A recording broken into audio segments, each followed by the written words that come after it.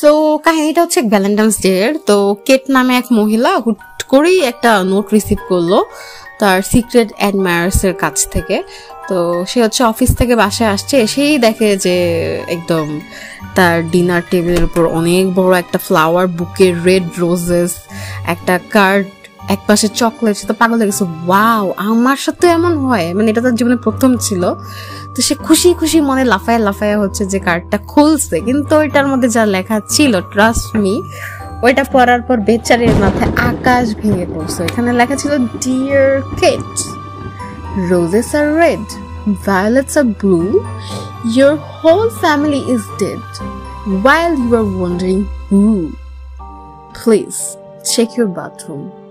এটা শুনে তো সে ভয়ে, মানে হোল ফ্যামিলি ডেড এই ওয়ার্ডটা শুনেই সে দৌড়ে বাথরুমে গেল। এন্ড সেখানে গিয়ে যা দেখলো সেটা দেখে মানে ও তো মানে পারলে এক্ষুনি বেহুশ হয়ে পড়ে যায়। সে দেখলো যে তার পুরা ফ্যামিলি বাথরুমে ঝুলতেছে মৃত অবস্থায়।